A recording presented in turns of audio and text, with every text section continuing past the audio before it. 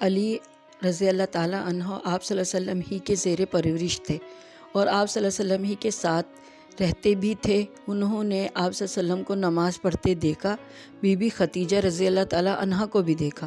انہوں نے دیکھا آپ دونوں رکوع اور سجدے کر رہے ہیں، پیاری پیاری آیتیں پڑھ رہے ہیں، ان آیتوں میں اچھی اچھی باتیں ہیں، پیاری پیاری باتیں ہیں۔ علی تعجب سے یہ سب دیکھتے رہے۔ ان کو پیارے نبی صلی اللہ علیہ وسلم سے بہت محبت تھی۔ آپ صلی اللہ علیہ وسلم کی ہر ادا انہیں محبوب تھی۔ آپ صلی اللہ علیہ وسلم کی ہر بات انہیں دل و جان سے عزیز تھی۔ وہ آپ صلی اللہ علیہ وسلم ہی کو دیکھ کر ہر کام کرتے اور آپ صلی اللہ علیہ وسلم جو کہتے بے تکلف وہ مان لیتے۔ لیکن آج تو میں پہلی بار دیکھ رہا ہوں، اور کبھی تو آپ صلی اللہ علیہ وسلم اس طرح سجدے نہ کرتے تھے۔ اتنی پیاری پیاری آیتیں بھی میں نے آج ہی سنی۔ علی گہری سوچ میں پڑ گئے۔ پھر آپ صلی اللہ علیہ وسلم نماز سے فارغ ہوئے تو انہوں نے پوچھا یہ کیا ہے؟ آپ صلی اللہ علیہ وسلم نے فرمایا یہ اللہ کا دین ہے، اسی دین پر چلنے کا اللہ نے حکم دیا ہے۔ اللہ کے جتنے رسول آئے سب یہی دین لے کر آئے۔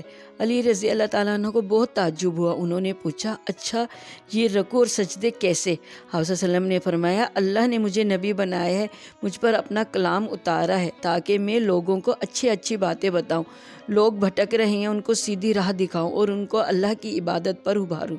یہ رکوع اور سجدے ہم اسی اللہ کو کرتے ہیں۔ علی نے کہا یہ تو بڑی اچھی چیز ہے، تو کیا جس پر آپ ایمان لائے ہیں میں بھی ایمان لا سکتا ہوں؟ کیا آپ کی طرح میں بھی عبادت کر سکتا ہوں؟ کیا آپ کے ساتھ میں بھی نماز پڑھ سکتا ہوں؟ آپ صلی اللہ علیہ وسلم نے فرمایا ہاں پیارے بھائی، اللہ ایک ہے، اس کا کوئی شریک نہیں اور وہی عبادت کے لائق ہے۔ تم بھی اسی کی عبادت کرو اور لات و عزا کو چھوڑ دو، جتنے بت ہیں سب کو چھوڑ دو۔ علی نے کہا اچھا ذرا میں اپنے باپ سے بھی پوچھ لوں۔ رات بھر علی کو نیند نہ آئی اور وہ جاگتے رہے اور آپ صلی اللہ علیہ وسلم سے جو کچھ سنا تھا یا جو کچھ کرتے دیکھا تھا سب پر غور کرتے رہے۔ پھر صبح ہوئی تو بولے میں آپ صلی اللہ علیہ وسلم پر ایمان لاتا ہوں اور آپ صلی اللہ علیہ وسلم کی پیروی کا عہد کرتا ہوں۔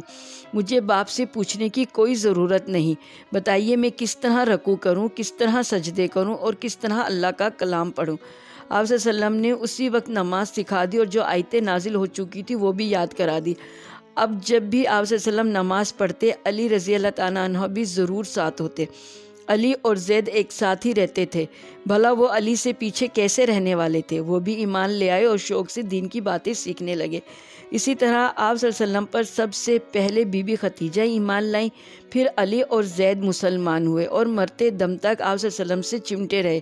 ان کا آپ صلی اللہ علیہ وسلم کا جب سے ساتھ ہوا انہوں نے آپ صلی اللہ علیہ وسلم کو بہت بڑا انسان پایا، آپ صلی اللہ علیہ وسلم کو حد درجہ شریف اور نیک دل پایا اور نہ جانے کیا کیا پایا۔ یہی وجہ ہے کہ ان کو آپ صلی اللہ علیہ وسلم سے بے پناہ محبت ہو گئی اور آپ صلی اللہ علیہ وسلم کی رفاقت ان کے لیے آرام جاں بن گئی۔ یوں سمجھنا چاہیے کہ دونوں دعوت اسلام سے پہلے ہی مسلمان تھے۔ اس کے بعد ابو بکر ایمان لائے۔ یہ ابو قحافہ تیمی کے بیٹے تھے اور آپ صلی اللہ علیہ وسلم کے گہرے دوست تھے۔ آپ صلی اللہ علیہ وسلم کی سچائی اور پاک بازی سے بہت متاثر تھے، اس لیے بہت محبت کرتے، بہنتا ادب اور احترام کرتے اور آپ صلی اللہ علیہ وسلم کی صحبت کو غیر معمولی نعمت سمجھتے۔ دل کو دل سے راہ ہوتی ہے۔ آپ صلی اللہ علیہ وسلم بھی ان سے بڑی محبت کرتے اور بہت ہی پیار و خلوص سے ملتے۔ آپ صلی اللہ علیہ وسلم نے جو ہی انہیں اسلام کی دعوت دی اور قرآن پاک کی چند آیتیں سنائیں، انہوں نے آبائی دین کو ہاتھوں سے سلام کیا اور کلمہ پڑھ کر ایمان لے آئے۔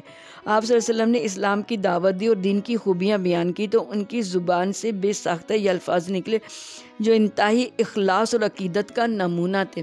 میرے ماں باپ آپ صلی اللہ علیہ وسلم پر قربان۔ آپ صلی اللہ علیہ وسلم نے سچ فرمایا اور سچ بولنا آپ صلی اللہ علیہ وسلم کا کام ہے۔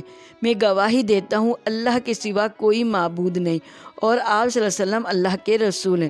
بی بی خدیجہ رضی اللہ تعالیٰ عنہ نے یہ باتیں سنی تو مارے خوشی کے اچھل پڑیں، ان سے رہا نہ گیا، فوراً سر پر نقاب ڈالی اور سامنے آ کر مبارکباد دی، بولی ابو قحافہ کے بیٹے خدا کا شکر ہے کہ اس نے آپ کو ہدایت دی۔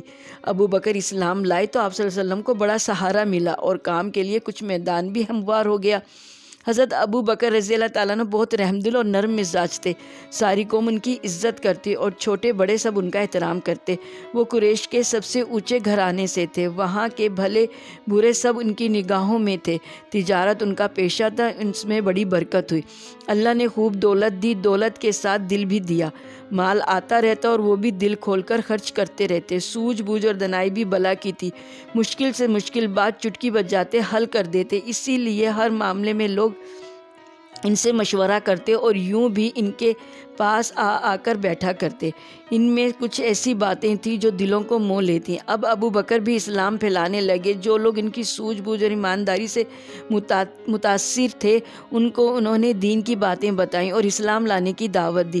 بہتوں نے ان کی بات مان لی اور اسلام لے آئے، اور جو لوگ پہلے مسلمان ہوئے وہ یہ ہیں: عثمان بن عفان، زبیر بن عوام، عبد الرحمن بن عوف، سعد بن ابی وقاص اور طلحہ بن عبید اللہ رضوان اللہ علیہم اجمعین۔ پھر جرح کے بیٹے ابو عبیدہ اور ابو ارقم کے بیٹے ارقم مسلمان ہوئے۔ پھر بہت سے لوگ مسلمان ہوئے، مرد بھی اور عورتیں بھی۔ جو عورتیں ایمان لائیں ان میں پیارے نبی صلی اللہ علیہ وسلم اور حضرت ابو بکر کی بیٹیاں بھی تھیں۔